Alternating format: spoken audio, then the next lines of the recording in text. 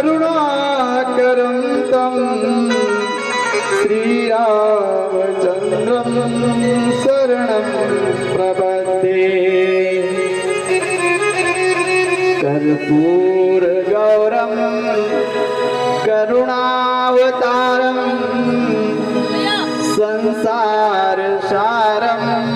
भुजगेन्द्रहारं सदा वसन्तं हृदयारविन्दे भवं भवानी सहितं नमामि। मनोजवं मारुततुल्यवेगं जितेन्द्रियं बुद्धिमतां वरिष्ठं वातात्मजं वानरयूथमोख्यं श्रीरामदूतं शरणं प्रपद्ये। माता रामो मत्पिता रामचन्द्रः स्वामी रामो मत्सखा रामचन्द्रः सर्वस्वं मे रामचन्द्रो दयालुनान्यं जाने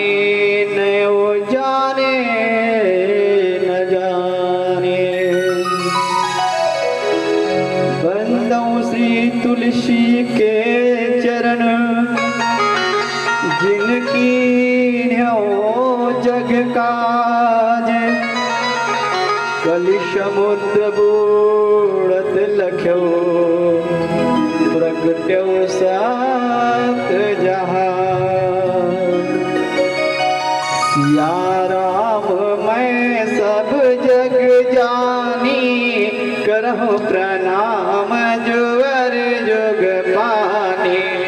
सिया राम मैं सब जग जानी करहु प्रणाम जोर जुग पानी। सिया राम मैं सब जग जानी करहु प्रणाम जोर जुग पानी। सिया राम मैं सब जग जानी करहु प्रणाम जोर जुग पानी। मंगल भवन अमंगल हारी द्रबहु सुदशरथ अजीर बिहारी।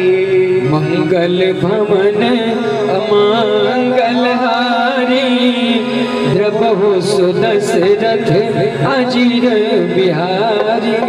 त्वमेव माता च पिता त्वमेव त्वमेव बन्धुश्च सखा त्वमेव त्वमेव विद्या द्रविणं त्वमेव त्वमेव सर्वं मम देव देव। गुरुर्ब्रह्मा गुरुर्विष्णु गुरुर्देवो महेश्वरः गुरुर्साक्षात् परब्रह्म तस्मै श्री गुरवे नमः। बोलिए श्यावर रामचंद्र भगवान की जय हो। हनुमान जी महाराज की जय हो। सद्गुरुदेव भगवान की जय हो। माता पिता की जय हो।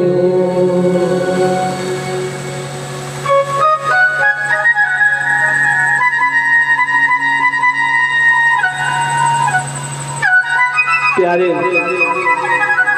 यहाँ पर आए हुए सभी प्यारे प्यारे भक्तों, हम आप सबके हृदयस्थ विराजमान प्रभु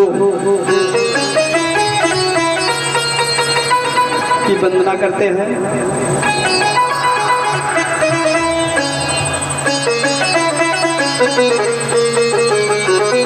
हम सर्वप्रथम भगवान का संकीर्तन करेंगे, उसके बाद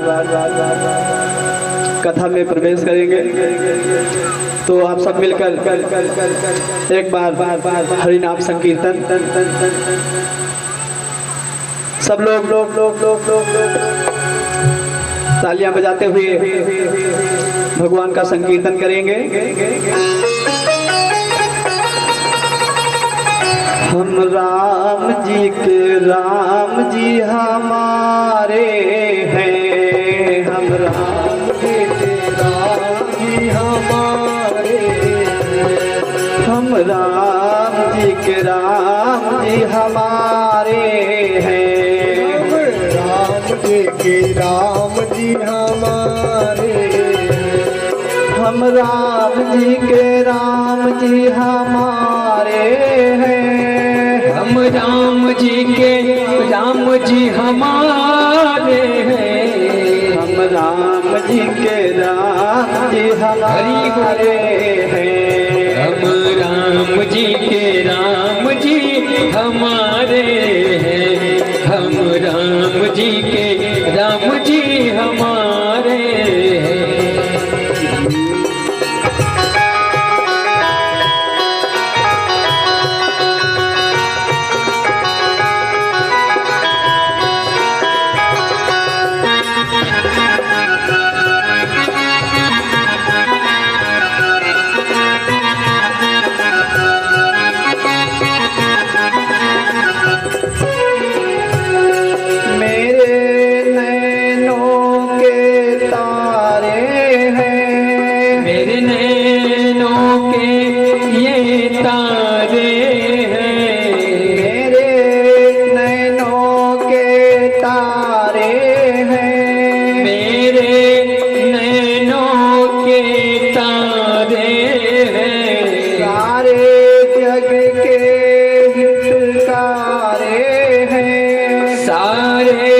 जग के ही सितारे हैं, हम राम जी के राम जी हमारे हैं, हम राम जी के राम जी हमारे हैं, हम राम जी के राम जी हमारे हैं।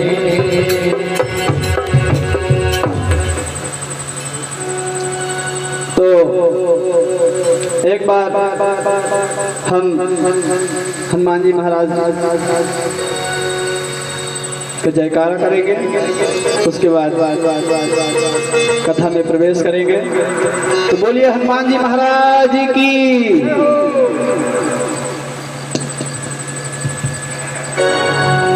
जैसे कि कल आप सबने माता पार्वती और भगवान शंकर का विवाह सुना, आज हम उसी के आगे की कथा में प्रवेश कर रहे हैं।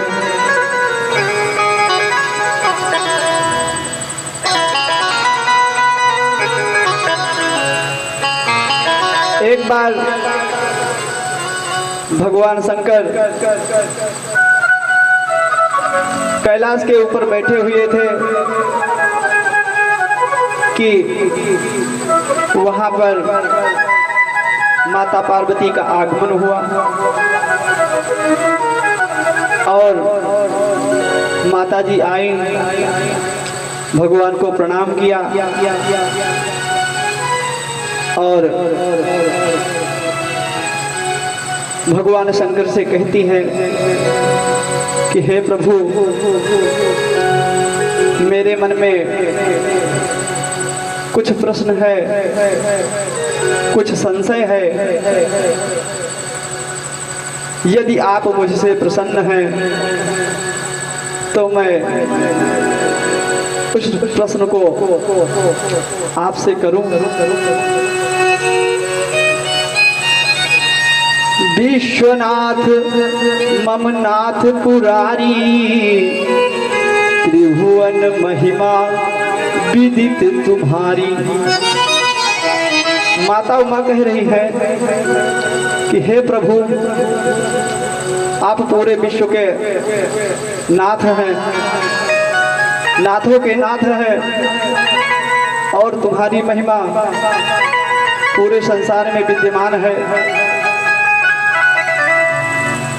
सुर असुर नाग नर और देवता सब मिलकर आपके चरणों की सेवा करते हैं, वंदना करते हैं। इसलिए हे प्रभु, जो मोह पर प्रसन्न सुख राशि, जानिए सत्य मोहि निज दासी।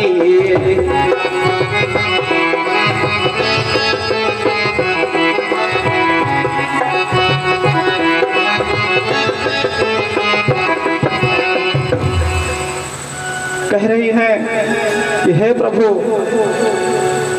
हे सुख के राशि, हे अविनाशी, यदि आप मुझसे सत्य में स्नेह करते हैं तो मैं आपसे कुछ पूछना चाहती हूँ। माताओं, यहाँ से एक बात तो ये निकल कर आती है आप सबके लिए कि यदि आपको कोई प्रश्न करना हो या कुछ मांगना हो अपने पति से, तो ऐसा ना करें कि वो बाहर से आए और आप पहुंचते ही दाना न पानी। सबसे पहले मुझे ऐसा कहें कि मुझे अभी अभी 5,000 रुपये चाहिए, मुझे गहने चाहिए। तो ऐसा नहीं करना चाहिए। यदि आपका पति कहीं बाहर से आता है तो सबसे पहले उसके चरण रज लेने चाहिए, उसके बाद उनके लिए उचित स्थान देकर उनको बिठाना चाहिए, फिर उनको पानी देना चाहिए, भोजन कराना चाहिए। और जब वो खाना भोजन कर लें, उसके बाद उनको ले जाकर बिठाना चाहिए। और जब वो बैठ जाए तो आराम से शांति के साथ उनसे पूछना चाहिए कि हे नाथ, कुछ भी चीज़ मंगाना हो, कोई भी बात मनवानी हो, तो फिर आराम से उनसे पूछना चाहिए कि हे नाथ, मुझे ये सामान चाहिए, मुझे इस चीज़ की आवश्यकता है। तब आपका पति भी प्रसन्न हो जाएगा। यदि वो वस्तु देने के योग्य होगी तो वो वस्तु आपको अवश्य देगा। वही यहाँ पर माता पार्वती भगवान शंकर के साथ कर रही हैं। भगवान शंकर बैठे हुए हैं और बार बार भगवान की स्तुति करते हुए, उनकी वंदना करते हुए, उनकी बड़ाई करते हुए भगवान से पूछ रही है कि हे प्रभु, आप दिन रात जिसका नाम जपते रहते हैं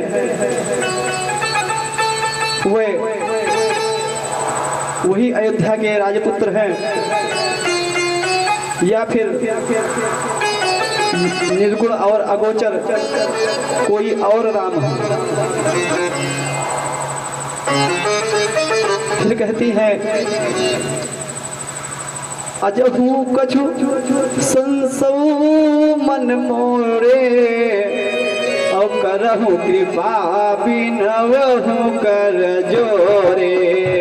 कहूँ कछु संसऊ मन मोरे करहु कृपा बिनवहु कर जोरे।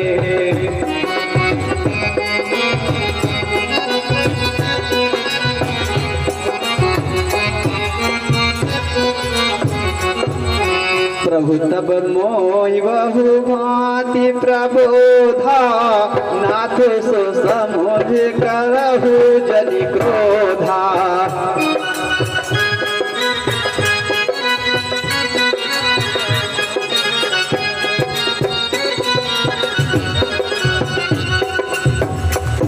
फिर कहती हैं कि हे प्रभु यदि आप क्रोध न करें तो मैं आपसे वो प्रश्न पूछ सकती हूँ।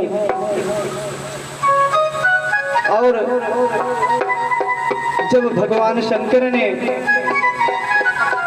माता पार्वती से कहा कि हे भवानी जो कुछ भी संशय हो आप मुझसे सहर्ष पूछ सकती हैं, तब माता जी ने कहा कि प्रथम सुकारण कहु बिचारी निर्गुण ब्रह्म सगुण बपुधारी।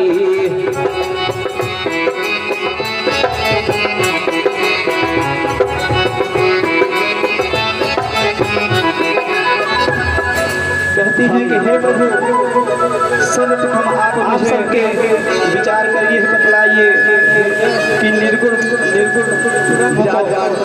सगुण ब्रह्म बनने की आवश्यकता क्यों पड़ी। माता वंदना करते हैं, पूछ रही है कि हे प्रभु निर्गुण ब्रह्म को सगुण ब्रह्म बनने की आवश्यकता क्यों पड़ी। भगवान का संकीर्तन करेंगे तो भगवान शंकर कहते हैं, उसके बाद हे उमा कथा में प्रवेश करेंगे। निर्गुण ब्रह्म तो आप सब मिलकर गुरु एक बार हरिनाम संकीर्तन संत के लिए धरती पर सगुण ब्रह्म बनकर आता है। तालियां बजाते हुए भगवान का संकीर्तन करेंगे। जब जब होहि धर्म कहानी बढ़या सिर अधम अभिमानी।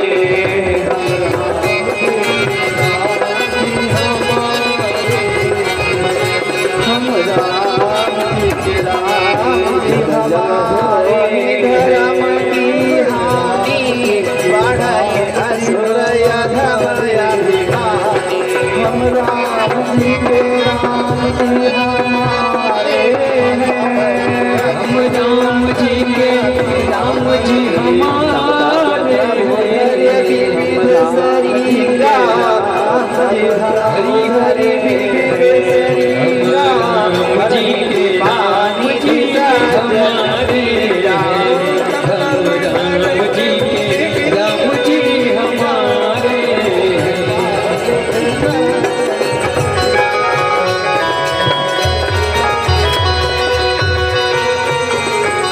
भगवान कहते हैं कि हे भवानी हे धर्म की हानि होती है, असुरों का अत्याचार बढ़ जाता है, अभिमानियों का अत्याचार बढ़ जाता है। मेरे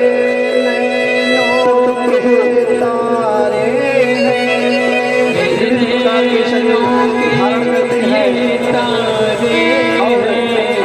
अपने भक्तों का कष्ट दूर करते हैं। अपने भक्तों का कष्ट दूर करने के लिए भगवान निर्गुण ब्रह्म से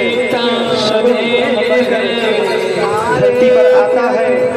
गौ ब्राह्मण और सारे जग के ही सितारे जाता है, उनकी रक्षा राम जी के राम जी हमारे।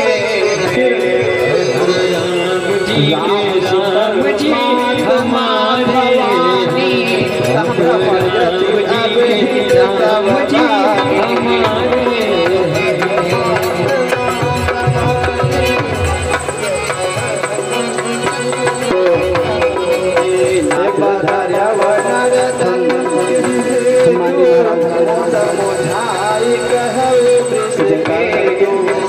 उसके बाद कथा में प्रवेश करेंगे। तो बोलिए हनुमान जी महाराज की। भगवान शंकर कहते हैं कि हे भवानी, जैसा ही परमात्मा आप सबने वही निर्गुण है और वही सगुण ब्रह्म है। इसमें संशय करने की कोई संधि का विवाह सुना, और यदि कोई ऐसा संशय करता है आज हम तो फिर समझो कि उसके जीवन के सारे पुण्य में प्रवेश कर नष्ट हो रहे हैं और उसका पुण्य का प्रताप जो है धीरे धीरे घट रहा है। फिर माता उमा कहती है एक बार कि ठीक है प्रभु, भगवान साहब मुझे ये बताइए कि यदि कैलाश के ऊपर बैठे हुए भगवान नर रूप में आए कि तो क्यों आए, ये आप मुझे माता पार्वती का आगमन हुआ। तो भगवान शंकर कहते हैं और माता जी आई, भगवान को प्रणाम किया जग विषतार विशद जस। भगवान शंकर से कहती है कि हे प्रभु, भगवान कहते हैं मेरे मन में कि हे उमा, कुछ प्रश्न है, अत्याचार बढ़ जाता है, कुछ संशय है, और ऋषि मुनि यदि आप मुझसे प्रसन्न हैं पूजा पाठ करने तो मैं करने में कुछ प्रश्न को असुविधा होने लगती है आपसे करूं। तब भगवान पृथ्वी पर अवतार लेते हैं, विश्वनाथ राक्षसों का संहार करते हैं, पुरारी अपने जनों का सम्मान करते हैं, उनकी सेवा करते हैं और भगवान रूप में आए तो इस सृष्टि को आगे बढ़ाने के लिए आप पूरे विश्व के यही नाथ है, आपके जन्म लेने का हेतु है, नाथों के नाथ है। एक और में भारी महिमा भगवान ने असुरों का संहार संसार में विद्यमान है, पृथ्वी का हरण असुर के लिए और देवताओं को प्रसन्न करने के लिए नर मनुष्य का अवतार और देवता सब मिलकर अनंत हरि कथा अनंता चरण सेवा करते हैं, प्रभु विधि सब करते हैं। इसलिए हे प्रभु, जो पर प्रसन्न सुख राशि जानिए सत्य मोहि निज दासी। भगवान कहते हैं कि हरि अनंत है और उनकी कृपा भी अनंत है। ऐसा बहुत से साधु कहते हैं हे प्रभु, हे सुख के राशि। अब माता पार्वती कहती हैं हे अविनाशी, हे प्रभु, यदि आप मुझसे सत्य में स्नेह करते हैं तो माता जी कहती है कुछ हे प्रभु पूछना चाहती हूँ। अब मुझे उस माताओं निर्गुण यहाँ से अनुभव एक बात तो ब्रह्म के बारे में बताइए आती है आप सबके लिए, जो कि यदि उनके राजा हुए आपको कोई प्रश्न करना हो या कुछ मांगना हो अपने पति से तो ऐसा लग कि वंदना बाहर से आए और आप और पहुंचते ही दाना न पानी है सबसे पहले कि हे उमा, मुझे ऐसा कहें कि मुझे अभी 5,000 रुपये चाहिए, मुझे गहने चाहिए, तो ऐसा नहीं करना चाहिए। यदि आपका पति कहीं बाहर से आता है तो सबसे पहले उसके चरण लेने चाहिए, उसके बाद उनके लिए उचित स्थान देकर उनको बिठाना चाहिए, फिर उनको पानी देना चाहिए, भोजन कराना चाहिए। भगवान शंकर कहते हैं और जब वो कि एक कल्प में खाना स्वयं कर ले, उसके बाद उनको ले जाकर दिखाना चाहिए। उनकी पत्नी शत्रुपा हुई और वो बैठ जाए जिनसे तो आराम से का विस्तार शांति के साथ और उनसे पूछना चाहिए उन दोनों व्यक्तियों का आचरण इतना अच्छा ना हो कि जिनका भी बात मनवानी हो तो आराम से उनसे पूछना चाहिए। श्रुति और पुराण करते हैं मुझे ये सामान चाहिए, मुझे इस चीज की आवश्यकता है। उनके ही पुत्र हुए वो आपका पति भी प्रसन्न हो जाएगा। यदि वो वस्तु और के योग्य होगी तो वो वस्तु आपको अवश्य देगी। जिसने भगवान श्री हरि की यहाँ पर माता भक्ति पाई भगवान शंकर के साथ कर रही है। उनकी एक पुत्री हुई जिस भगवान शंकर उनकी पुत्री हुई और बार बार भगवान की स्तुति करते हुए छोटे भाई का नाम करते हुए उनकी बड़ाई करते हुए भगवान से पूछ रही है कि हे वेद पुराण ऐसी प्रशंसा करते हैं रात जिसका नाम जपते रहते हैं। उनकी पुत्री का नाम हुए देवहूति था, वही अयोध्या के राजपुत्र जो कि मुनि कंकन के साथ या फिर विवाह हुआ था।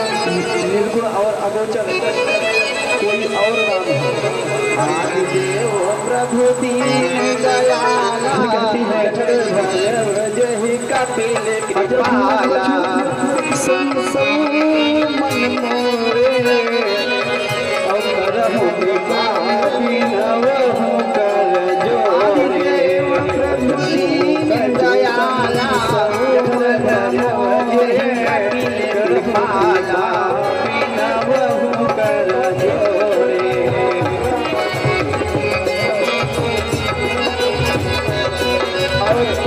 उन्हीं देवहूति और मुनि कंकन से एक पुत्र का जन्म हुआ जो कि नाथ से मुनि हुए जो कि भगवान के अवतार हैं।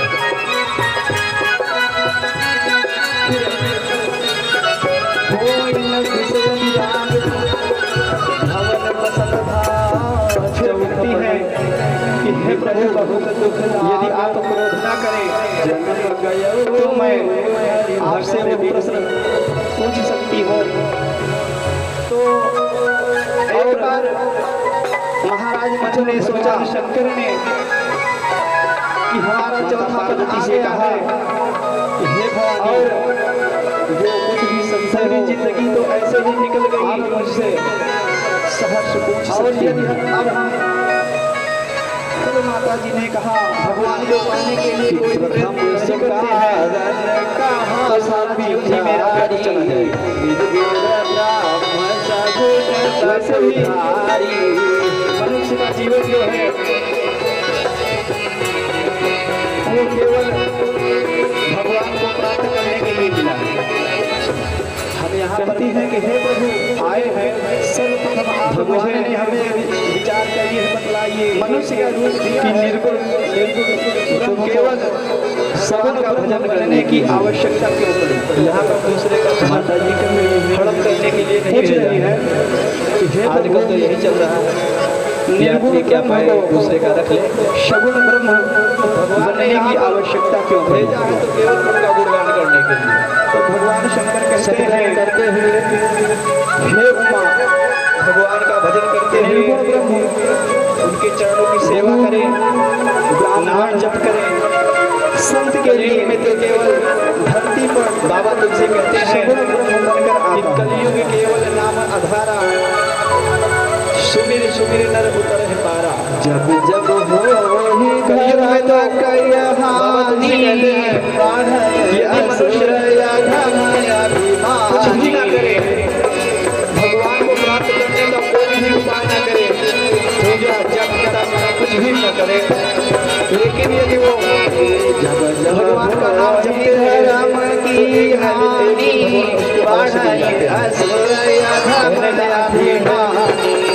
आप लोग कुछ भी करो लेकिन जो भी करो भगवान का नाम लेते लेते करो। यदि आप भगवान का नाम लेते रहेंगे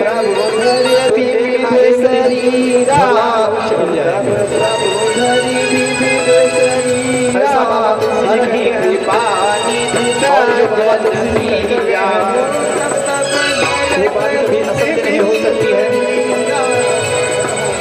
वो परम संत थे, भगवान प्रेमी थे, भगवान ने उनको दर्शन भी दिया था। भगवान कहते हैं कि हे भवानी, इस कलयुग में तो आयु का कोई धरती पर वो रहा नहीं है। यहाँ कितने वर्ष जिएगा? पहले था कि असुरों का आदमी 100 साल जीते थे, 100 साल जीता था, उसके पहले 1000 साल जीते थे, लाखों साल जीते थे। लेकिन कलयुग में तो अब कोई पता ही नहीं है। विविध प्रकार के शरीर धारण करते हैं, 20 साल में मर जाएगा और 50 साल में मरेगा, अपने भक्तों का 100 साल में मरेगा। अपने किसी से कहो दूर करने के लिए यहाँ पर कथा हो रही है, भगवान वहाँ निर्गुण चल रहा है, सगुण थोड़ी देर वहाँ पर समय दे धरती पर आता है। कहते हैं कि हमारे वो थोड़ी ब्राह्मण और आगे आए भगवान के यहाँ से संतों साली जी की लाज बचाता है। सर्टिफिकेट की रक्षा के आए नहीं है यहाँ पे, सर्टिफिकेट बनवा के आए नहीं भाई, 100 साल जिएंगे 75 साल के हो जाएंगे, उसके बाद भजन करेंगे। ऐसा तो है नहीं, किसी का देखने का भरोसा नहीं है, इसलिए समय रहते भगवान का ध्यान करना आवश्यक है। भगवान ये नहीं कहते कि तुम काम मत करो या कि घर छोड़ के चले जाओ, जंगल में भजन नहीं होता, भजन तो घर पे ही बहुत से संतों ने उदाहरण दिया है, जैसे कि कबीरदास कहते हैं कि हे भवानी, भगवान राम ही जो भी काम करे भगवान परमात्मा है, जपते जपते करो वही भी। और यहाँ पर है यही बात, और वही सगुण महाराज कह रहे हैं, इसमें संशय करने की कोई बात नहीं है कि चौथा मन आ गया है, कोई ऐसा संशय करता है। अभी तक हम राजकाज में व्यस्त हैं, समझो कि यदि उसके जीवन के सारे पुण्य तो फिर नष्ट हो रहे हैं, भगवान को प्राप्त नहीं कर पाएंगे। उसका पुण्य का पता जब ये भाव मन में महाराज मनु के उठा, फिर माता उमा कहती है कि ठीक अपने पुत्र को राज्य काज देकर मुझे ये बताइए कि ये तप करने के लिए भगवान जाने लगे, नर रूप में आए। जब मनु महाराज तप करने के लिए जाने लगे, ये आप मुझे समझा कर बताइए। उनकी पत्नी तो भगवान शंकर कहते हैं असुर मारे उन्होंने कहा कि महाराज यदि आप तप करने के लिए जा रहे हैं तो मैं भी आपके साथ चलूंगी। यहाँ पर महाराज भगवान कहते हैं भी नहीं कहा कि हे महारानी जी आप भी मेरे साथ चलिए। बढ़ जाता है कि जब कोई भी व्यक्ति भगवान को ढूंढने के पूजा पाठ करने निकलता है, करने में भगवत प्राप्ति के लिए निकलता है, असुविधा होने लगती है, निकलता है, वो किसी को साथ में लेके नहीं जाता। पृथ्वी के यहाँ उतार लेते हैं, महारानी शत्रुपाल को अपनी हानि करते हैं, अपने जनों को मना भी नहीं सम्मान करते हैं, उनकी सेवा करते हैं कि आप और स्त्री भगवान नर रूप में आए आपके बस की बात नहीं, सृष्टि को कष्ट होकर आगे बढ़ाने के लिए। लेकिन यही भगवान रानी जन्म लेने का हेतु है। पतिव्रता परायण स्त्री भगवान ने उनसे कहा संहार करके यदि आप ही नहीं रहेंगे तो इस धन धारण करने के लिए हमारे लिए क्या देवताओं को प्रसन्न करने के लिए तो महाराज का अवतार लिया था कि ठीक है हरि आनंद यदि हमारी कथा अनंता कहीं स्वाद ही बहु विधि सब उसके बाद महाराज ने सारा राज्य अपने पुत्र को देकर तपस्या करने के लिए नैन सरायण के लिए प्रस्थान किया। राज सुतहि तब दीना कहते हैं नारी समेत कि हरि अनंत है, उनकी कृपा भी अनंत है। ऐसा बहुत से साधु संत महात्मा कहते हैं।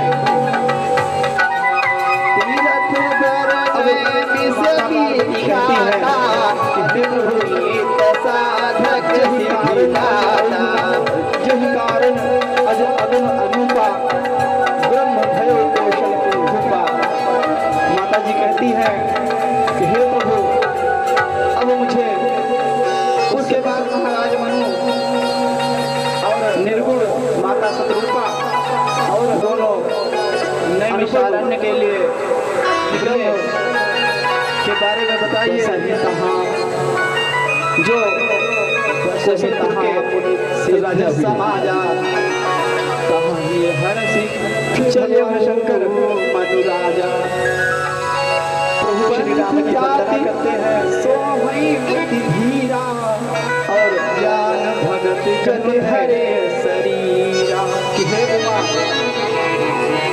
उसके बाद दोनों ने मुनि वस्त्र धारण किए जिन पे इस प्रकार चल रहे हैं जैसे भक्ति और भगवान दोनों एक साथ चल रहे हैं। उसी प्रकार मन और शत्रु का दोनों एक साथ नैमिषारण्य के लिए जा रहे हैं। यहाँ से कीर्तन हो जाए, उसके बाद आगे की कथा। श्री राम जय राम, भगवान शंकर कहते हैं जय राम श्री राम। एक कल्प में स्वयं श्री राम जय मनु महाराज और उनकी पत्नी शत्रुपा जिनसे जय राम का विस्तार हुआ। श्री राम जय राम जय जय राम श्री राम जय राम जय जय राम गुरुगान राम जय श्रुति और पुराण भी करते हैं जय श्री राम जय राम उनके जय जी पुत्र हुए जय उद्दानपाद राम और उद्दानपाद के पुत्र हुए ध्रुव, जिसने भगवान श्री हरि की अल्प भक्ति पाई। उनकी एक पुत्री हुई उनकी जब पुत्री हुई मनु और शत्रुपा नैमिष पहुंचे। छोटे भाई का नाम प्रियव्रत था। वेद पुराण ऐसी प्रशंसा करते हैं दोनों। और उनकी पुत्री का नाम आरंभ कर दिया देवहूति था। धीरे धीरे बहुत से समय गुजरने लगे और द्वादशाक्षर मंत्र निरंतर जप करते रहे।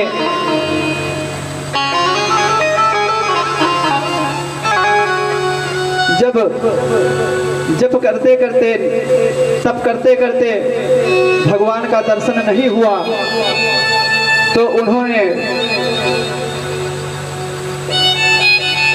पुनि हरि हेतु करन तप लागे बारी आधार मूल फल त्यागे।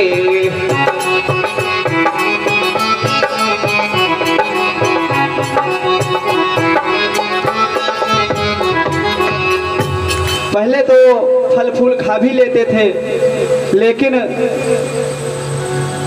जब भगवान ने दर्शन नहीं दिए तो उन्होंने फल फूल भी त्याग दिए। धीरे धीरे करके जल का त्याग कर दिया, फिर भी भगवान के दर्शन नहीं हुए। उसके बाद केवल वे वायु का भोजन करते थे, वायु ही पीते थे। वायु का अर्थ आप लोग समझ रहे हैं ना, हवा ही पीते थे और हवा ही खाते थे। जब ऐसा भी करने पर भगवान ने दर्शन नहीं दिए, क्योंकि भगवान ऐसे दर्शन नहीं देते हैं सबको। भगवान भी परीक्षा लेते हैं भक्त की, भाई नहीं तो ऐसे सबको भगवान मिल जाते हैं। भगवान तो वैसे कहीं पर खोए नहीं हैं, सबके हृदय में विराजमान है। बस अंतर इतना है कि हमारे आंखों में काम वासना रूपी परत से ढका हुआ है, इसीलिए दिखाई नहीं देता है। यदि अंतर आत्मा से देखा जाए तो भगवान हमारे अंदर ही विराजमान है। लेकिन यहाँ पर महाराज मनु और महारानी शतरूपा दोनों हवा खा रहे हैं और हवा ही पी रहे हैं। जब ऐसा हुआ तो ब्रह्मा भी आए और कहा, महाराज मनु, भगवान आपकी तपस्या से प्रसन्न है, जो भी वरदान मांगना चाहो मांग लो। लेकिन महाराज मनु ने कुछ नहीं मांगा और कहा कि मैं केवल उस परब्रह्म से ही कुछ मांगूंगा। फिर भगवान विष्णु आए, उनसे भी कुछ नहीं मांगा। कहने का अर्थ है कि जब भगवान की तपस्या कर रहे थे महाराज मनु और शतरूपा, तो सारे देवी देवता, जितने भी देवी देवता हैं, सब लोग उनके पास आए और जब वरदान मांगने के लिए कहा तो उन्होंने मना कर दिया। फिर विवश होकर परब्रह्म को आना ही पड़ा। यही विधि बीते बरस खट सहस बारी आहार, संबत सप्त सहस्त्र पुनि रहे समीर आधार। इस प्रकार जल का आहार करते करते 6000 वर्ष बीत गए। जब 6000 वर्ष बीत गए, फिर 7000 वर्ष वह वायु के आधार पर रहे। उसके बाद में उस परब्रह्म को विवश होकर महाराज मनु और माता शतरूपा के सामने प्रकट ही होना पड़ा। लेकिन जो परब्रह्म है, ना तो उसका कोई आकार है, ना कोई रंग है, ना कोई रूप है। और आकाशवाणी हुई, मांगहु बर बहु भांति लुभाए, परम धीर नहीं चले चलाए।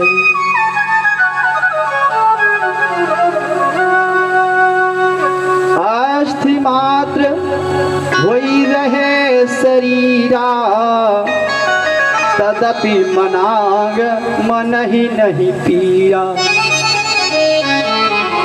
मांगू मांगू बरु भई नभ पानी, परम गंभीर कृपा दृशानी। परब्रह्म प्रकट हुआ, लेकिन परब्रह्म का जब कोई आकार ही नहीं है तो उसको देखा भी नहीं जा सकता। आकाशवाणी हुई कि मांगो मांग मांग बर, हे महाराज मनु, वरदान मांगो, वरदान मांगो। हृष्ट पुष्ट तन भये सुहाए, अमानहु अबहि भवन ते आए। जब आकाशवाणी हुई और आकाशवाणी को सुनकर महाराज मनु और शतरूपा ने आंखें खोली, तो उनका शरीर जैसे वे घर से निकलकर आए थे पूरा हृष्ट पुष्ट थे, उसी प्रकार उनका शरीर फिर से हो गया। क्योंकि तपस्या करते करते तो उनका शरीर पूरा गल गया था, केवल हड्डी हड्डी बची थी। लेकिन जब आकाशवाणी हुई तो फिर जब महाराज मनु ने आंखें खोली तो उनकी शरीर वापस फिर पहले जैसे हो गए। उसके बाद में भगवान ने कहा कि वरदान मांगिए।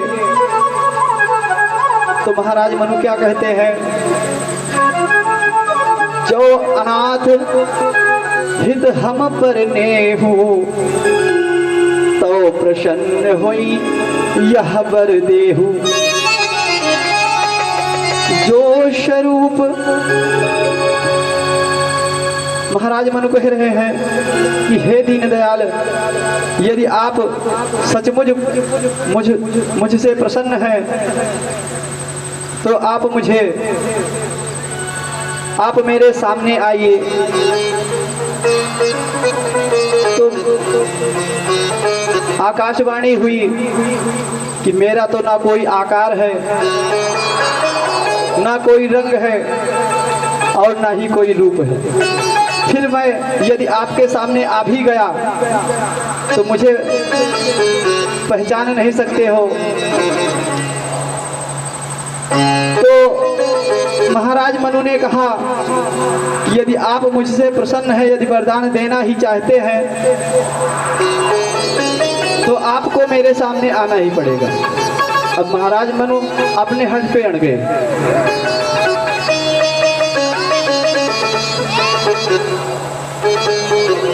तो मनु महाराज अपने हट पे अड़ गए कि यदि मुझे वरदान देना ही है तो मेरे सामने आओ। लेकिन अब ब्रह्म का कोई आकार हो तो सामने आए, उसका कोई आकार ही नहीं है। तो भगवान कहते हैं कि मेरा आकार नहीं है, तो तुम बताओ कि मैं किस आकार में आऊं, मतलब मैं कौन सा रूप बनाकर आऊं जिससे तुम वरदान मांग सको। तो मनु महाराज कहते हैं कि जो स्वरूप बस शिव मन माही, जहि कारण मुनि जतन कराही।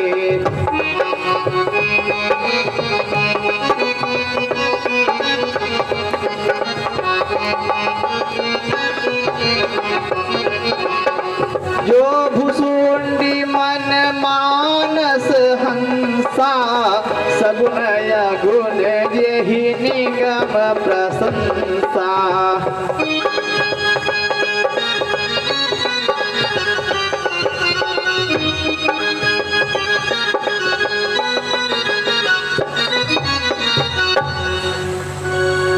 महाराज मनु कहते हैं कि आप मुझे उस रूप में दर्शन दीजिए जिसका नाम भगवान शंकर हमेशा जपते रहते हैं, जो हमेशा भगवान शंकर के हृदय में विराजमान हैं, जो भुसुंडी के मानस रूपी हंस रूपी मानस में बैठे हुए हैं। आप मुझे उसी रूप में दर्शन दीजिए। अब आप लोग जानते हैं कि भगवान शंकर के हृदय में कौन बैठा है, जानते हैं आप लोग? नहीं जानते? अच्छा ये बताइए कि भगवान शंकर हमेशा किसका नाम लेते रहते हैं? ये तो पता होगा ना? ये भी नहीं पता? चलो ठीक है, पता। भगवान शंकर हमेशा भगवान राम का नाम लेते रहते हैं। भगवान शंकर के हृदय में हमेशा भगवान श्री राम का वास होता है। तो महाराज मनु ने कहा कि मुझे उसी रूप में दर्शन दीजिए जिसे भगवान शंकर हमेशा जपते रहते हैं। फिर भगवान श्री राम के रूप में आए और मनु महाराज को दर्शन दिए और फिर कहा कि हे महाराज, अब आप वरदान मांगिए।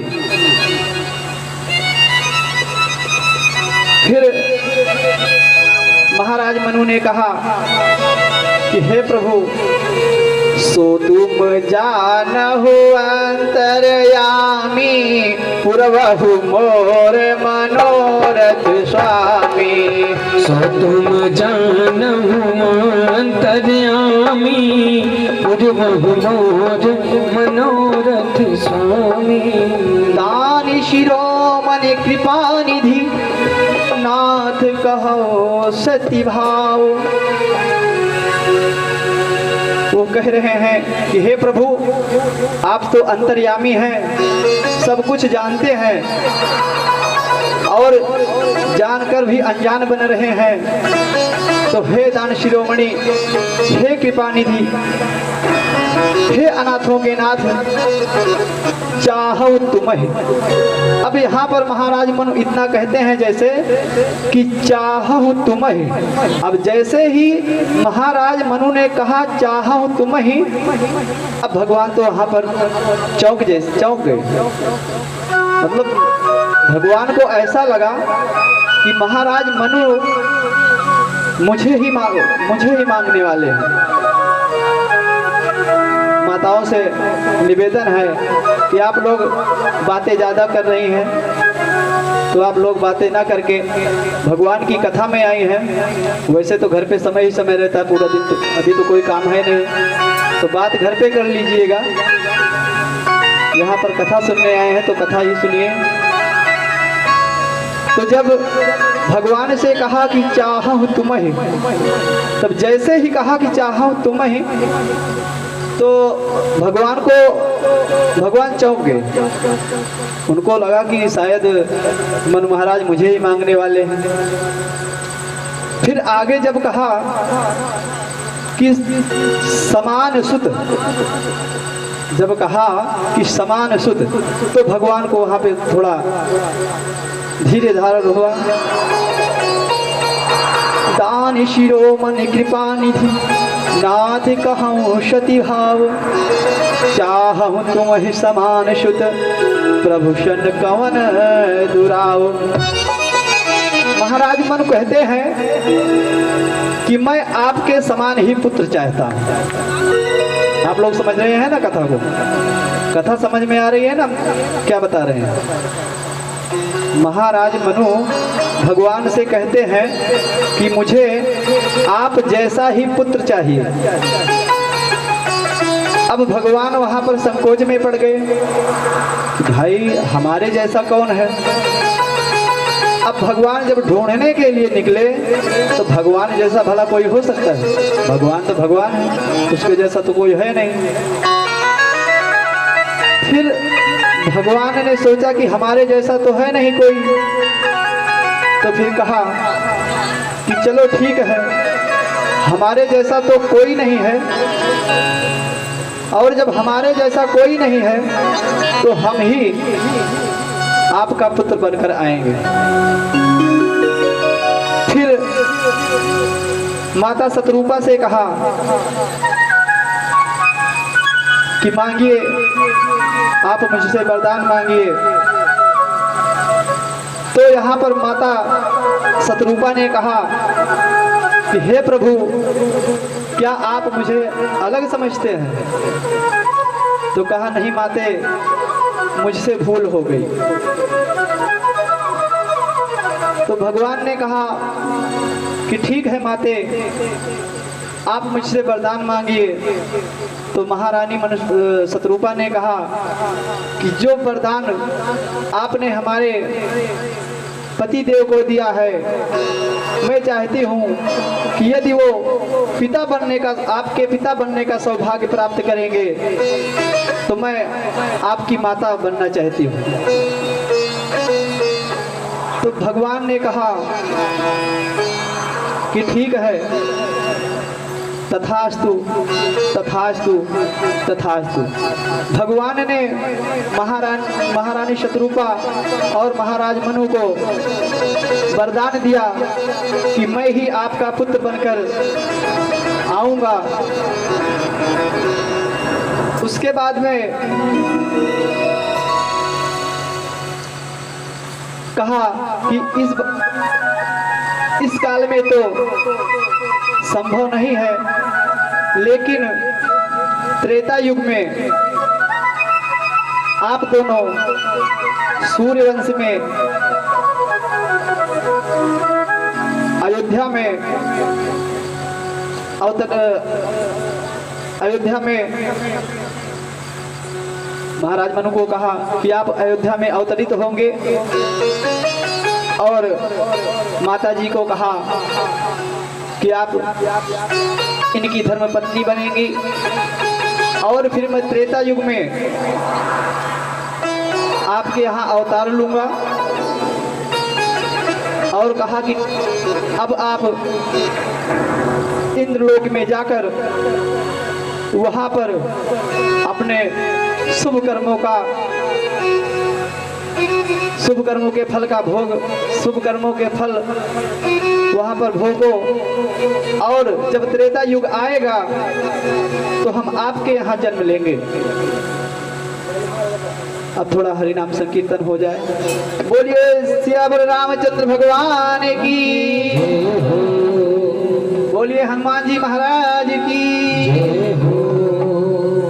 बोलिए सतगुरुदेव भगवान की।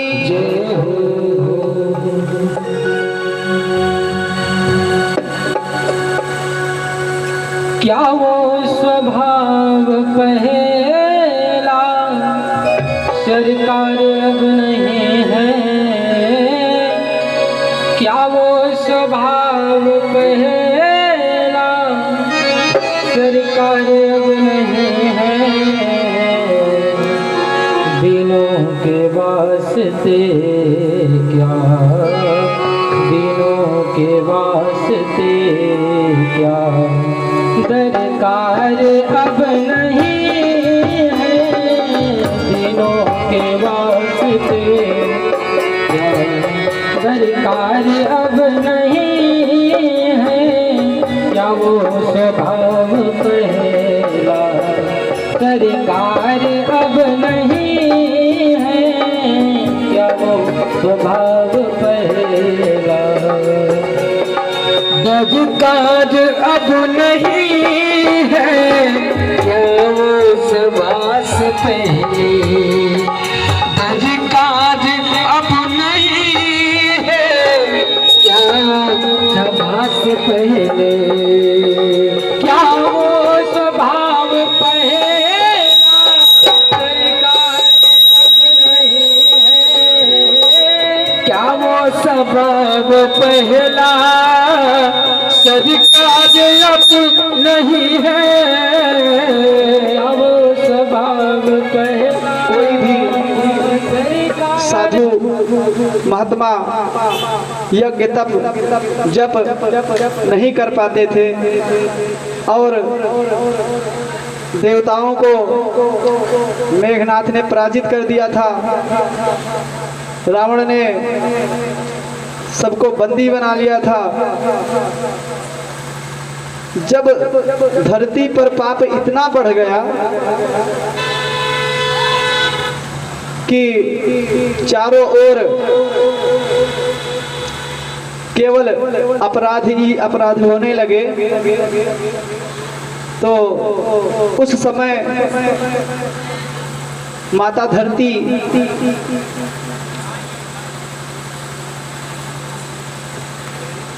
ब्रह्मा जी के पास गई। सबसे पहले इंद्र के पास गई।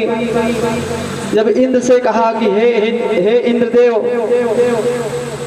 हमारे ऊपर इतना अत्याचार हो रहा है कि हमारे सहने की क्षमता ही धीरे धीरे खत्म होती जा रही है, असहनीय हो गया है अब। तब इंद्र ने कहा कि हे माँ, मैं भी रावण के अत्याचारों से बहुत परेशान हो गया हूँ।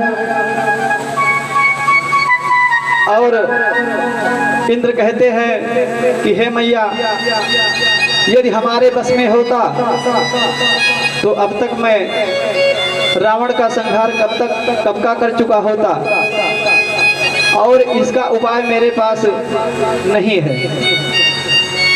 फिर सभी देवता, धरती माता, गौ माता सब मिलकर ब्रह्मा जी के पास गए। और जब ब्रह्मा जी के पास गए, जब ब्रह्मा जी से कहा कि हे ब्रह्मदेव, धरती पर अत्याचार इतना बढ़ गया है कि चारों तरफ अत्याचार अनाचार ही हो रहे हैं, तो ब्रह्मा जी ने कहा कि यह तो हमारे बस की बात नहीं है, और इसके लिए मुझे भगवान शंकर के पास जाना चाहिए। आप लोग कोलाहल क्यों कर रहे हैं भाई? कोलाहल क्यों हो रही है? बोलिए श्री रामचंद्र भगवान की। तो सब लोग मिलकर भगवान शंकर के पास गए और जब भगवान शंकर के पास गए तो भगवान शंकर ने कहा कि इसका एकमात्र उपाय है जो कि भगवान श्री हरि के पास है, और यदि हम उनके पास जाएं तो वही इसका निदान कर सकते हैं। जब धरती पर अत्याचार बढ़ गया, आप लोग समझ रहे हैं ना कथा? समझ में आ रहा है माता? समझ में कथा आ रही है? जब धरती पर अत्याचार बढ़ गया, जैसे आप लोग कहते हैं ना, आप लोग भी कहते हैं ना कि भाई ये शायद धरती बहुत अत्याचार होता है। तो जब धरती पर इतना ज्यादा अत्याचार बढ़ गया कि चारों तरफ हाहाकार मच गया, तो सब लोग, माता धरती, गौ माता, इंद्रादि देवता, ब्रह्मा जी, भगवान शंकर सब एकत्रित होकर विचार विमर्श करते हैं कि अब क्या किया जाए। तब भगवान शंकर कहते हैं कि इसके लिए मुझे भगवान विष्णु के पास जाना चाहिए, लेकिन जब तक हम भगवान विष्णु के पास जाएंगे तब तक बहुत देर हो जाएगी। इसलिए भगवान तो प्रेम में बसते हैं। जहाँ पर प्रेम होगा भगवान वहीं पर उत्पन्न हो जाएगा, भगवान वहीं पर प्रकट हो जाएगा। अगर आपने किसी पत्थर को, ऐसे कोई पत्थर पड़ा हो रास्ते में और उसे उठाकर ले जाकर घर पर पूजा पाठ करने लगो, तो एक ना एक दिन भगवान उसमें भी दिखाई देंगे। तो सब लोगों ने मिलकर भगवान श्री हरि की प्रार्थना की और प्रार्थना कर रहे हैं,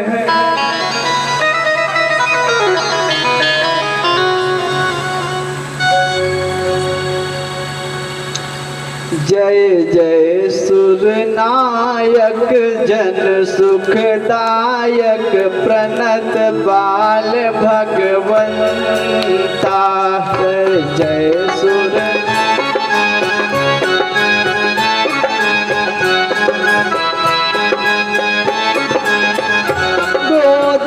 हितकारी जय असुरारी सिंधु प्रिय सिंधु सुता प्रिय कांता।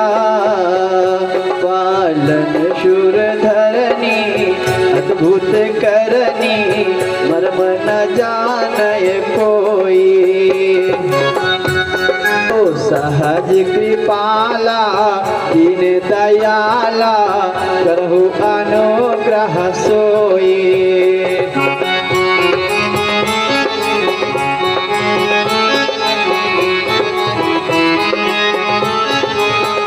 जय जय अविनाशी सब घटवासी व्यापक परमानंदा।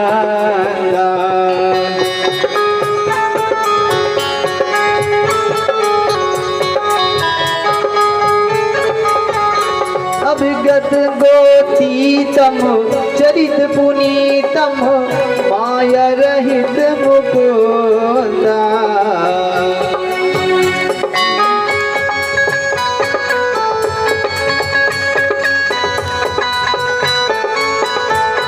ध्यावहि गुणगण गावहि जयति सखिदानंदा।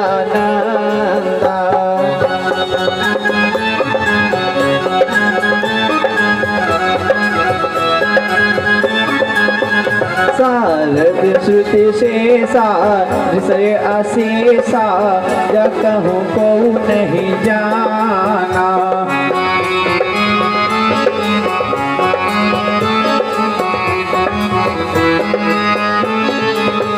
जेहि दीन पियारे।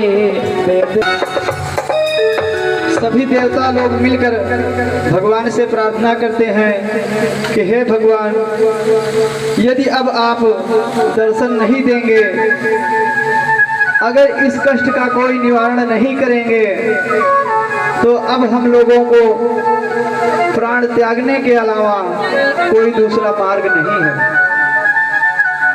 तब उसके बाद में आकाशवाणी होती है। भगवान आकाशवाणी के द्वारा सबको बताते हैं। क्या बताते हैं?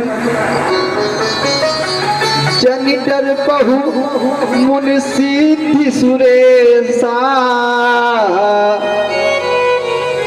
तुमहि लागी धरि हऊँ नर बेसा। अंसन सहित मनुज अवतारा, ले हम दिनकर वंश उदारा। भगवान कहते हैं कि हे ऋषि मुनि सिद्ध जनों, अब तुम लोगों को डरने की कोई आवश्यकता नहीं। अब मैं अपने अंशों सहित सूर्यवंश में अवतार लूंगा। और अवतार कहां पर लूंगा? कश्यप अदिति महातप कीन्हा, अतिन कहूँ मैं पूरब बर दीन्हा। ते दशरथ कौशल्या रूपा, कौशलपुरी प्रगट नर भूपा। भगवान कहते हैं कि पूर्व काल में कश्यप और अदिति दोनों ने मिलकर तप किया था, और उस तप के फल स्वरूप हमने उन दोनों को वरदान दिया था कि त्रेता युग में हम आपके यहाँ अवतार लेंगे। और वह समय आ गया है कि आज कश्यप और अदिति दोनों अयोध्या में विराजमान हैं। जो कश्यप हैं वो महाराज दशरथ के रूप में हैं, और जो अदिति हैं वो महारानी कौशल्या के रूप में हैं। तिनके गृह अवतरी हम जाई, और रघुकुल तिलक सोचारी भाई। भगवान कहते हैं कि मैं अयोध्या में महाराज दशरथ के यहाँ अपने चारों भाइयों सहित अवतार लूंगा,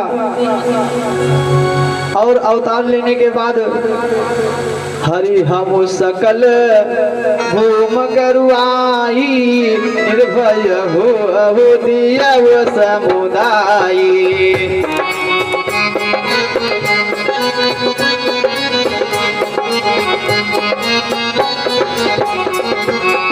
हरि हम सकल भूमि गरुआई, निर्भय हो दिया समुदाय।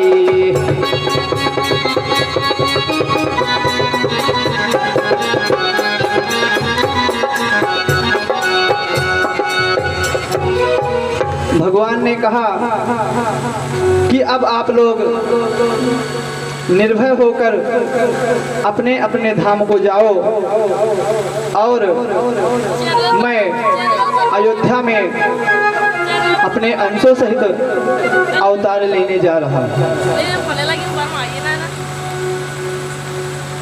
अब आप लोग आगे की कथा में सुनेंगे।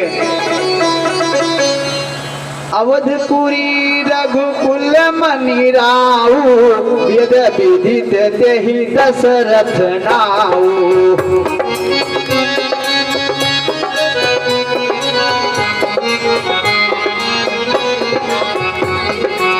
धर्म धुरंधर गुण निधि ज्ञानी हृदय भगत मति सारंग पानी।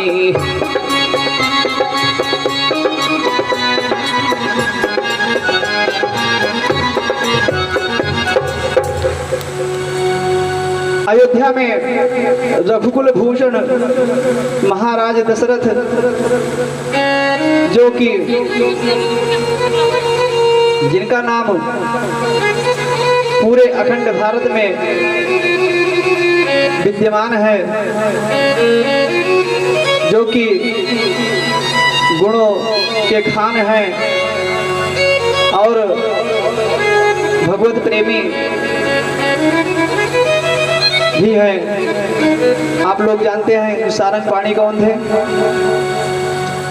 भगवान सारंग पाणी भगवान विष्णु को कहते हैं। हृदय भगति मति सारंग पानी, उनके हृदय में भगवान विष्णु की भक्ति विराजमान थी, क्योंकि मैंने अभी पहले बताया था ना कि वो महाराज मनु और शत्रुपा को वरदान दिए थे। तो यहाँ पर अयोध्या में महाराज दशरथ भगवान विष्णु के बहुत बड़े भक्त हैं। कौशल्यादि नारी प्रिय सब आचरण पुनीत, पति अनुकूल प्रेम दृढ़ हरिपद कमल विनीत। महाराज दशरथ कौशल्यादि नारियों के साथ, महाराज दशरथ के 3 नारियां थी, कौशल्या, कैकेयी और सुमित्रा। महाराज दशरथ का राजकाज बहुत अच्छे से चल रहा था और भगवान के चरणों में आस्था थी, तो धर्म कर्म में भी रुचि रखते थे। अयोध्या में सदा कीर्तन होता रहता था, भगवान का भजन होता रहता था। लेकिन समय बीतता गया। एक बार महाराज दशरथ ने सोचा, एक बार भूपत मन माही, भय गलानी मुअरे सुत नाही।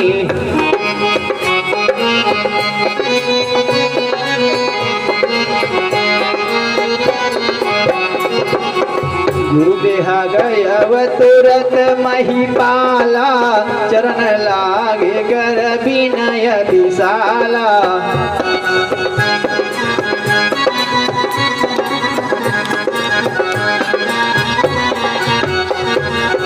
एक बार महाराज दशरथ को बहुत दुख हुआ, मन में उनके ग्लानि हुई।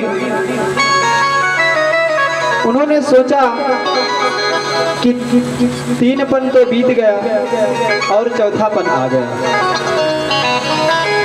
और उनके कोई संतान नहीं थी, तो उन्हें संतान का बहुत दुख था। बोलिए श्री रामचंद्र भगवान की जय हो, हनुमान जी महाराज की जय हो। आप लोग बीच बीच में सो जाते हैं, इसलिए जगाना पड़ता है। तो महाराज दशरथ को इसी बात का दुख था कि उनको कोई संतान नहीं थी। तो उन्होंने सोचा कि 3पन बीत गया, 4थापन आ गया, अभी तक मुझे संतान की प्राप्ति नहीं हुई। अब मुझे इसके लिए गुरुदेव के पास चलना चाहिए, वही इसका कुछ उपाय बता सकते हैं। तो निज दुख सुख सब गुरु ही सुनायो, कही वशिष्ठ बहु विधि समुझायो। महाराज दशरथ गुरु वशिष्ठ के पास गए और गुरु वशिष्ठ को सब कुछ समझाया, बताया कि हे गुरुदेव, हमारा 3पन तो बीत गया, 4थापन भी आ गया, लेकिन अभी तक मुझे संतान की प्राप्ति नहीं हुई।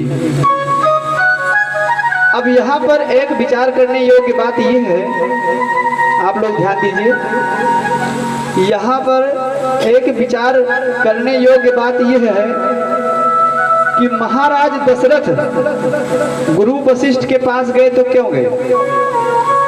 उन्हें संतान अगर चाहिए ही होता, आप लोग समझ रहे हैं ना, कि अगर जब उनको संतान ही चाहिए था तो भाई जब युवा थे, जवान थे तो जाना चाहिए था। अब कोई 70-75 साल का व्यक्ति हो और वो चाहे कि उसको औलाद हो जाए, उसको संतान हो जाए, तो संभव है? नहीं है ना। लेकिन महाराज दशरथ उसी समय गए, 3पन में गए, जब उनकी पूरी मतलब कि जब वो जवान थे, युवा थे, तब नहीं गए। लेकिन जब वो बूढ़े हो गए, 4थापन आ गया तो गए। क्यों गए? क्योंकि उन्हें संतान की प्राप्ति नहीं चाहिए थी। संतान नहीं, उन्हें तो आशा ये थी कि भगवान ने उनको कहा था कि हमारे यहाँ अवतार लेंगे, और 4थापन आ गया, भगवान ने अवतार नहीं लिया। इसका मतलब ये है कि कहीं भगवान ने झूठे वचन तो मुझे नहीं दे दिए, क्योंकि मनु शत्रुपा को वचन दिया था ना कि हम आपके यहाँ जन्म लेंगे। तो यहाँ पर महाराज दशरथ संतान प्राप्ति के लिए नहीं गए थे। ये यहाँ का रहस्य है कि अगर उनको जाना होता तो युवा अवस्था में जाते। अब बूढ़े हो गए तो बूढ़े होने पर भाई 70-75 साल की उम्र हो गई, 80 साल की, तो संतान तो असंभव है ना। नहीं कोई जादुई बात हो तो अलग है, बाकी ऐसे तो संतान नहीं होगा। जब उनकी उम्र भगवान के चरणों में लगना चाहिए, तो वो पुत्र की प्राप्ति के लिए गुरु के पास जा रहे हैं। ऐसा नहीं है, वो गए थे पुत्र प्राप्ति के लिए, लेकिन उनका आशय पुत्र से नहीं था, उनका आशय भगवान से था। भगवान की प्राप्ति के लिए गए थे।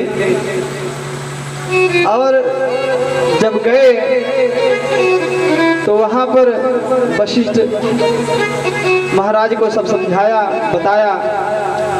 फिर महाराज वशिष्ठ ने कहा, धरहु धीर होई है सुतचारी, त्रिभुवन विदित भगत भयहारी।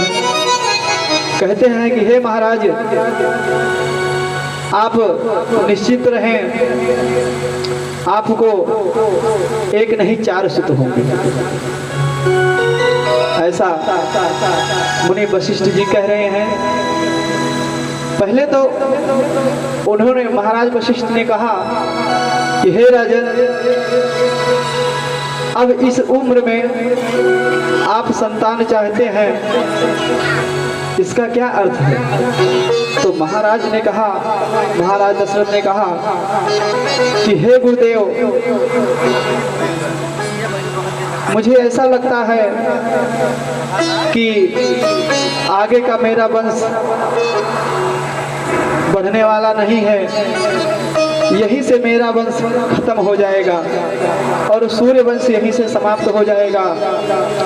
तो गुरु वशिष्ठ ने कहा कि हे राजन, ये बताओ कि आज तक किसी का पुत्र वंश चलाता है?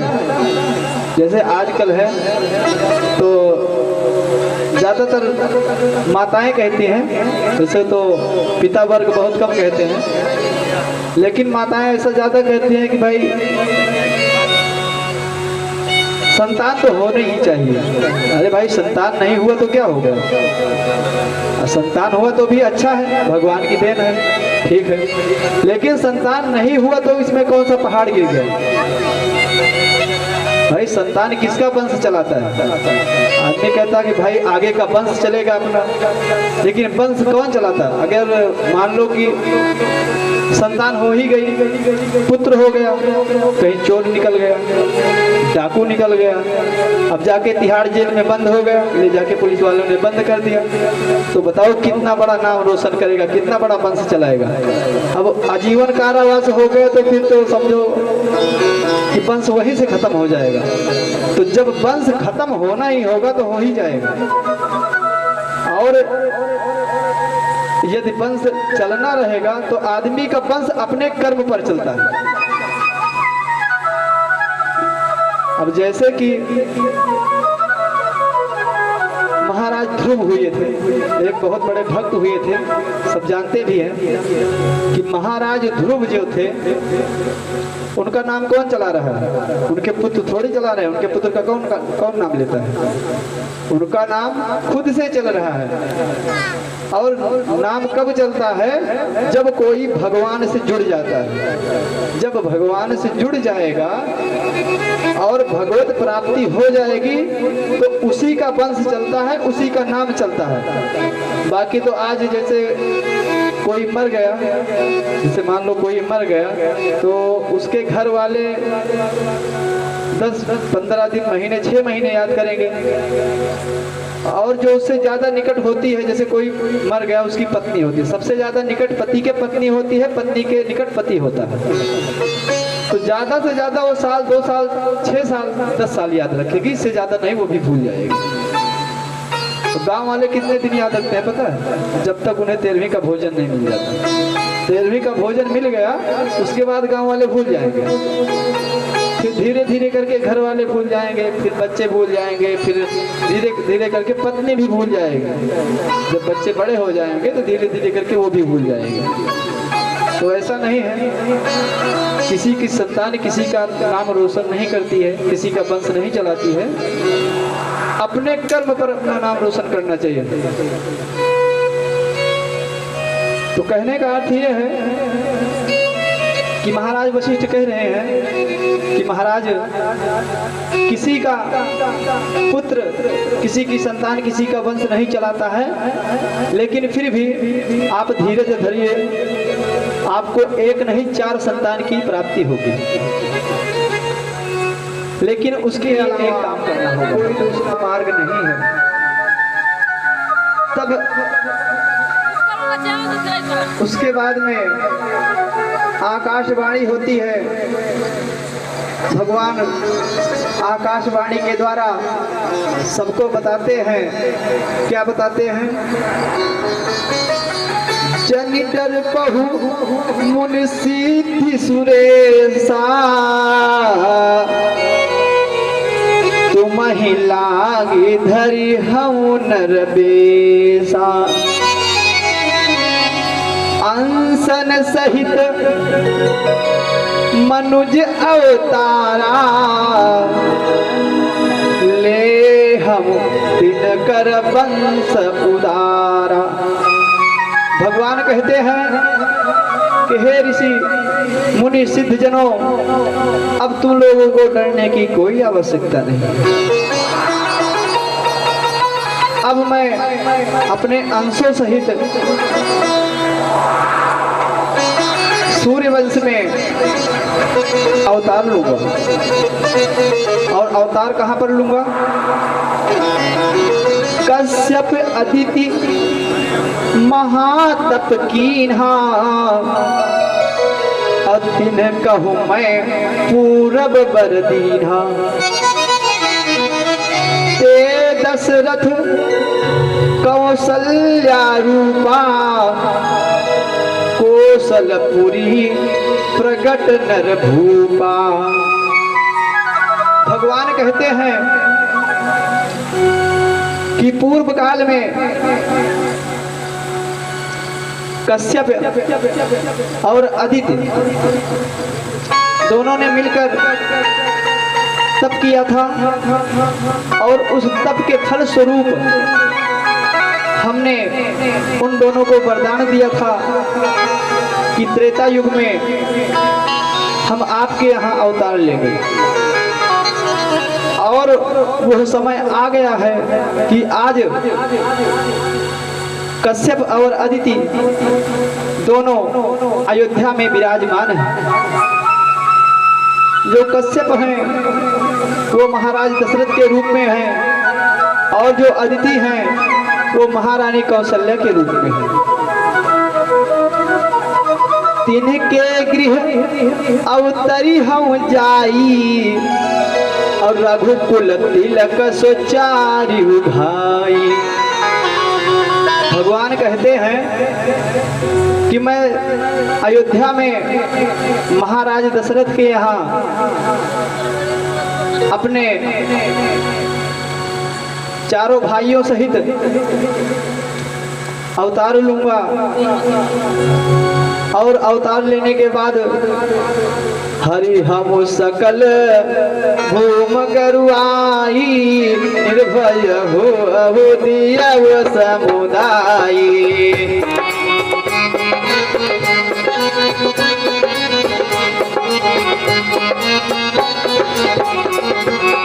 हरि हम सकल भूमि गरुआई निर्भय हो दिया समुदाय।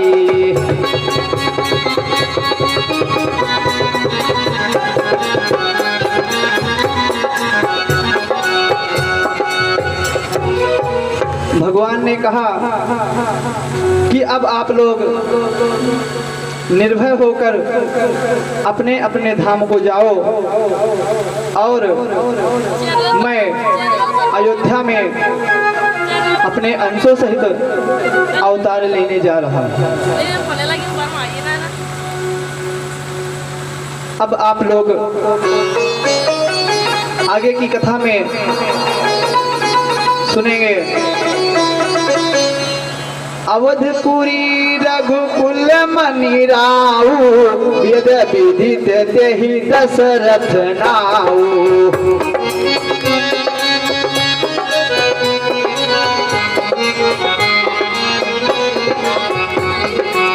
धर्म धुरंधर गुण निधि ज्ञानी हृदय भगत मति सारंग पानी।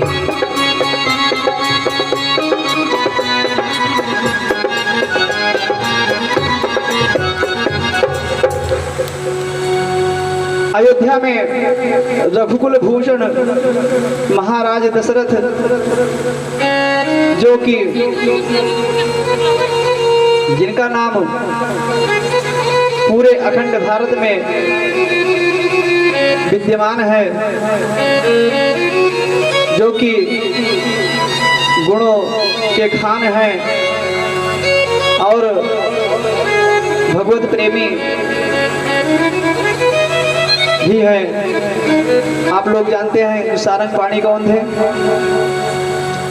भगवान सारंग पाणी भगवान विष्णु को कहते हैं। हृदय भगति मति सारंग पाणी, उनके हृदय में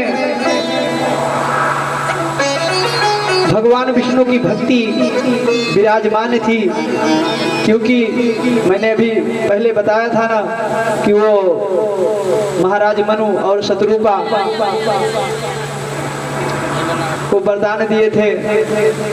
तो यहाँ पर अयोध्या में महाराज दशरथ भगवान विष्णु के बहुत बड़े भक्त हैं। कौशल्यादि नारी प्रिय सब आचरण पुनीत, पति अनुकूल प्रेम दृढ़ हरिपद कमल विनीत। महाराज दशरथ कौशल्यादि नारियों के साथ महाराज दशरथ के 3 नारियां थी, कौशल्या, कैकेयी और सुमित्रा। महाराज दशरथ का राजकाज बहुत अच्छे से चल रहा था और भगवान के चरणों में आस्था थी, तो धर्म कर्म में भी रुचि रखते थे। अयोध्या में सदा कीर्तन होता रहता था, भगवान का भजन होता रहता था। लेकिन समय बीतता गया। एक बार महाराज दशरथ ने सोचा, एक बार भूपत मन माही, भगलानी मुअरे सुत नाही।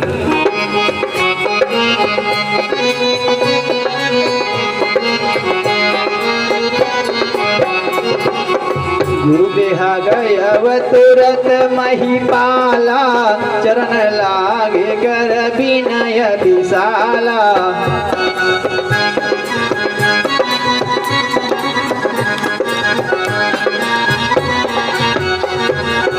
एक बार महाराज दशरथ को बहुत दुख हुआ, मन में उनके ग्लानि हुई। उन्होंने सोचा और कि उनके कोई संतान नहीं थी, तो उन्हें संतान का बहुत दुख था। बोलिए श्री रामचंद्र भगवान की जय हो, हनुमान जी महाराज की जय हो। आप लोग बीच बीच में सो जाते हैं, इसलिए जगाना पड़ता है। तो महाराज दशरथ को इसी बात का दुख था कि उनको कोई संतान नहीं थी। तो उन्होंने सोचा कि 3 पन बीत गए, चौथा पन आ गया, अभी तक मुझे संतान की प्राप्ति नहीं हुई। अब मुझे इसके लिए गुरुदेव के पास चलना चाहिए, वही इसका कुछ उपाय बता सकते हैं।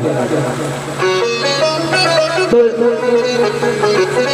निज दुख सुख सब गुर ही सुनायो, कही वशिष्ठ बहु विधि समुझायो।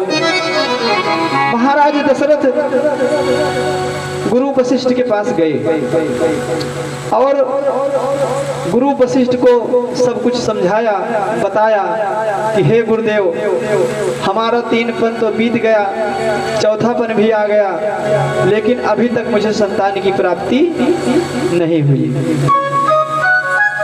अब यहाँ पर एक विचार करने योग्य बात यह है, आप लोग ध्यान दीजिए, यहाँ पर एक विचार करने योग्य बात यह है कि महाराज दशरथ गुरु वशिष्ठ के पास गए तो क्यों गए?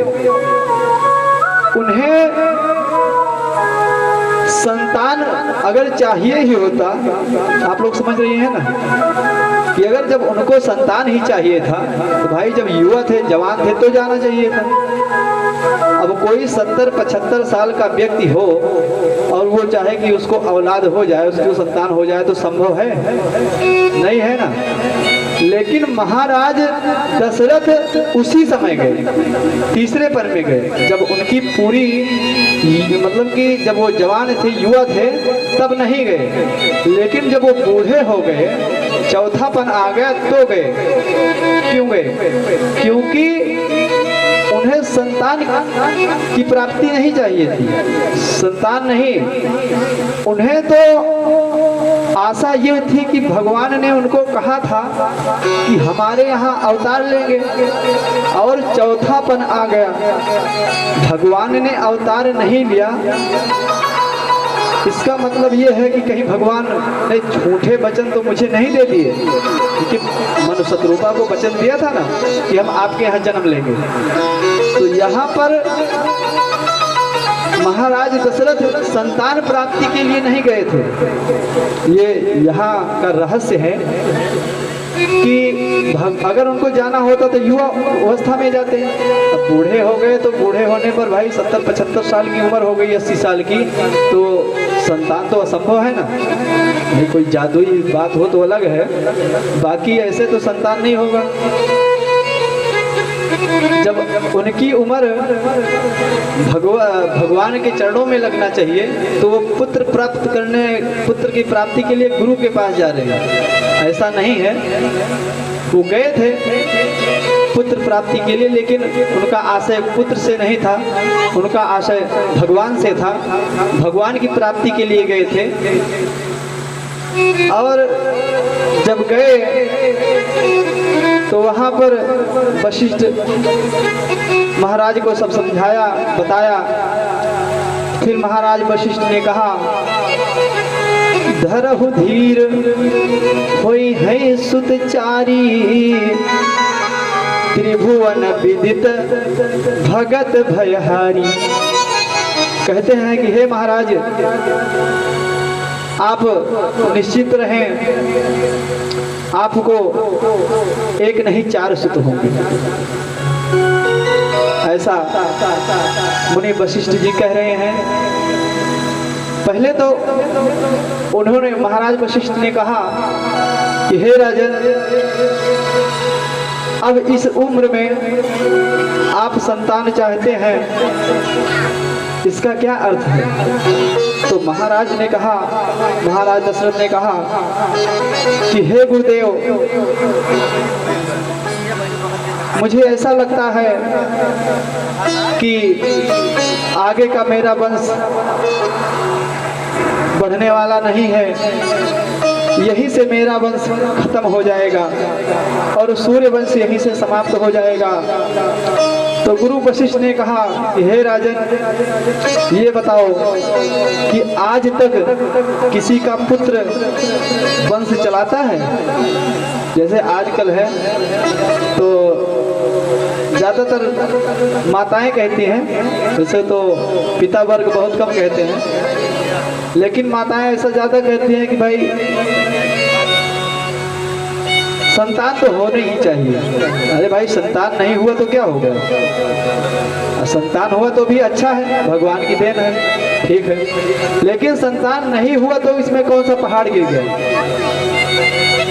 भाई संतान किसका वंश चलाता है?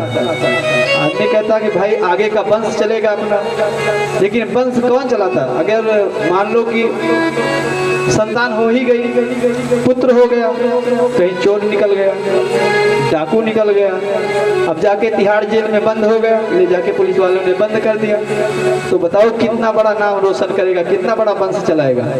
अब आजीवन कारावास हो गया तो फिर तो समझो कि वंश वहीं से खत्म हो जाएगा। तो जब वंश खत्म होना ही होगा तो हो ही जाएगा, और यदि वंश चलना रहेगा तो आदमी का वंश अपने कर्म पर चलता है। अब जैसे कि महाराज ध्रुव हुए थे, एक बहुत बड़े भक्त हुए थे, सब जानते भी हैं कि महाराज ध्रुव जो थे उनका नाम कौन चला रहा है? उनके पुत्र थोड़ी चला रहे हैं। उनके पुत्र का कौन नाम लेता है? उनका नाम खुद से चल रहा है। और नाम कब चलता है? जब कोई भगवान से जुड़ जाता है। जब भगवान से जुड़ जाएगा और भगवत प्राप्ति हो जाएगी तो उसी का वंश चलता है, उसी का नाम चलता है। बाकी तो आज जैसे कोई मर गया, जैसे मान लो कोई मर गया तो उसके घर वाले 10-15 दिन, महीने, 6 महीने याद करेंगे, और जो उससे ज्यादा निकट होती है, जैसे कोई मर गया, उसकी पत्नी होती है, सबसे ज्यादा निकट पति के पत्नी होती है, पत्नी के निकट पति होता है, तो ज्यादा से ज्यादा वो साल, 2 साल, 6 साल, 10 साल याद रखेगी, इससे ज्यादा नहीं, वो भी भूल जाएगी। तो गांव वाले कितने दिन याद रखते हैं पता है? जब तक उन्हें 13वीं का भोजन नहीं मिल जाता। 13वीं का भोजन मिल गया उसके बाद गांव वाले भूल जाएंगे, फिर धीरे धीरे करके घर वाले भूल जाएंगे, फिर बच्चे भूल जाएंगे, फिर धीरे धीरे करके पत्नी भी भूल जाएगी। जब बच्चे बड़े हो जाएंगे तो धीरे धीरे करके वो भी भूल जाएंगे। तो ऐसा नहीं है, किसी की संतान किसी का नाम रोशन नहीं करती है, किसी का वंश नहीं चलाती है, अपने कर्म पर अपना नाम रोशन करना चाहिए। तो कहने का अर्थ यह है कि महाराज वशिष्ठ कह रहे हैं कि महाराज, किसी का पुत्र, किसी की संतान किसी का वंश नहीं चलाता है, लेकिन फिर भी आप धीरज धरिए, आपको एक नहीं 4 संतान की प्राप्ति होगी, लेकिन उसके लिए एक काम करना होगा। रघुरैया अवध में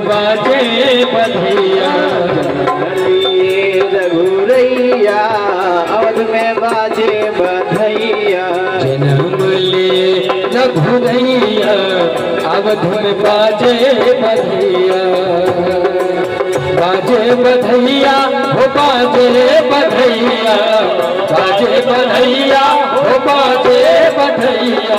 जन्म लिए रघुरैया अवध बाजे बधैया। जन्म ले रघुदैया अवध में बाजे बधैया।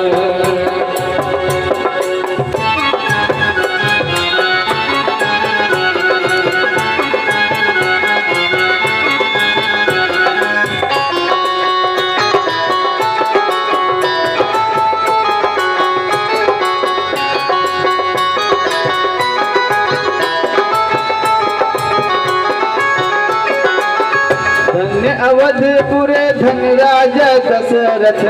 धन्य अवधपुर धन राजा दशरथ। धन्य अवधपुर धन राजा दशरथ। धन्य अवधपुर धन राजा दशरथ। धन्य कौशिला मैया अवध बाजे बधैया। धन्य कौशल्या मैया अवध में बाजे बधैया। जन्म लिए रघुदैया अवध में बाजे बधैया। बाजे बधैया हो बाजे बधैया। बाजे बधैया हो बाजे बधैया। बाजे बधैया हो बाजे बधैया। बाजे बधैया हो बाजे बधैया। जन्म लिए रघुरैया अवध बाजे बधैया।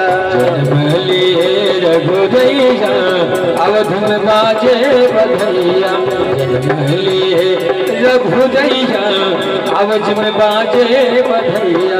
जन्म लिए रघुदैया अवध में बाजे बधैया।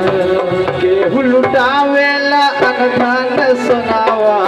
केहू लुटावे लयन धने खजनवा। केहू लुटावेला अनधन सोनावा। केहू लुटावे लयन धान सोनवा। केहू लुटावे धेनु गैया अवध बाजे बधैया। जन्म ले रघुदैया अवध में बाजे बधैया। जन्म ले रघुदैया अवध में बाजे बधैया। राजा जी लुटावेले अनधन सोनावा। राजा जी लुटावेले अनधन सोनावा। लुटावे लेन धान सोनवा। राजा जी लुटावेले अनधन सोनावा। धन भी उठावे ले अनधन सोनवा। गुरुवर लुटावे धेनु गैया अवध बाजे बधैया। जन्म लिए रघुदैया अवध में बाजे बधैया। जन्म लिए रघुरैया अवध बाजे बधैया। जन्म लिए रघुदैया अवध में बाजे बधैया। बंदी जन बिरदावली गावे। बंदी जन बिरदावली गावे। बंदी जन बिरदावली गावे। बंदी जन बिरदावली गावे। जय जय जय महाराज की सुनावे। जय जय जय महाराज की सुनावे। फूल फूल बरसावे दूर रैया अवध बाजे बधैया। जन्म ले रघुदैया अवध में बाजे बधैया। जन्म लिए रघुरैया अवध बाजे बधैया। जन्म लिए रघुदैया अवध में बाजे बधैया। वेद मात्र मुनि वृंद पढ़त है। वेद मात्र मुनि वृंद पढ़त है। वेद मात्र मुनि वृंद पढ़त है। वेद मात्र मुनि वृंद पढ़त है। गलियन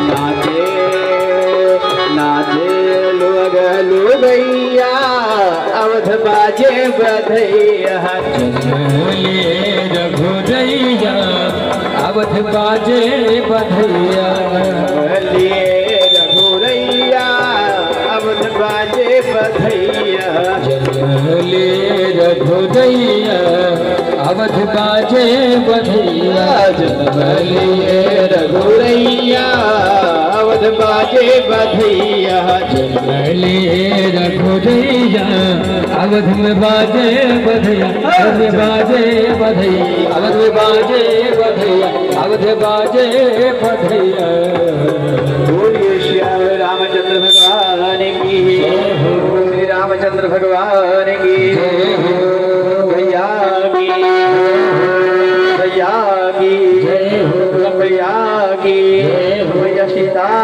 की माधी महाराज की सावरी सरकार की राधे रानी मैया श्री सदगुरुदेव भगवान की सखे गावो मंगल गीत सुहावन बेला में गावो मंगल गीत सुहावन बेला में सखे गावो मंगल गीत सुहावन बेला में सखी गावो मंगल गीत सुहावन बेला में सुहावन बेला में सुहावन बेला में सुहावन बेला में सुहावन बेला में सखी गावहु हे सखी गावहु हा सखी गावहु मंगल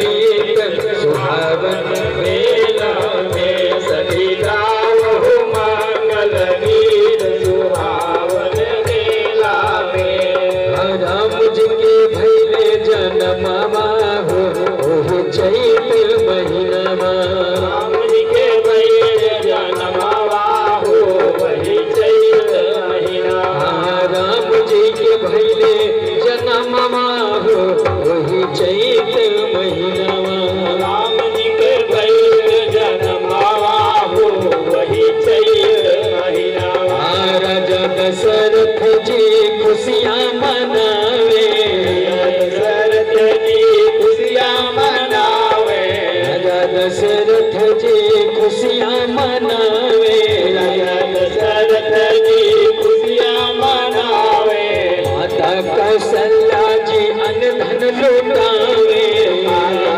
कौशल्या जी अन्न धन लुटावे राम जी के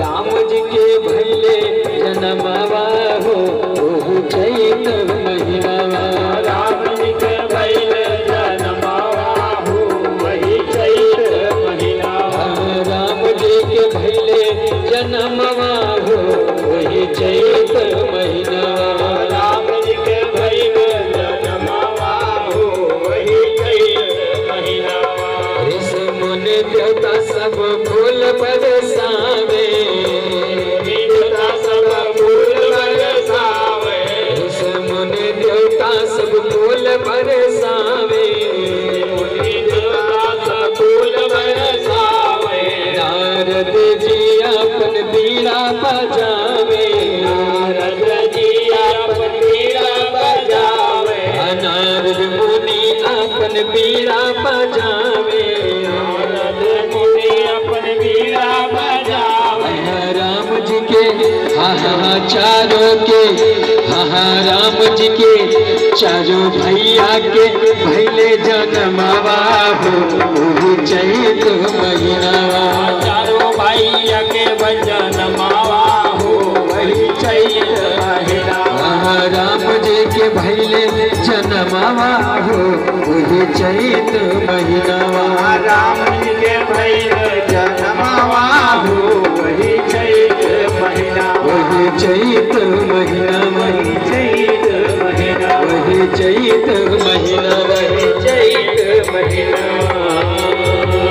बोले श्री रामचंद्र भगवान की जय।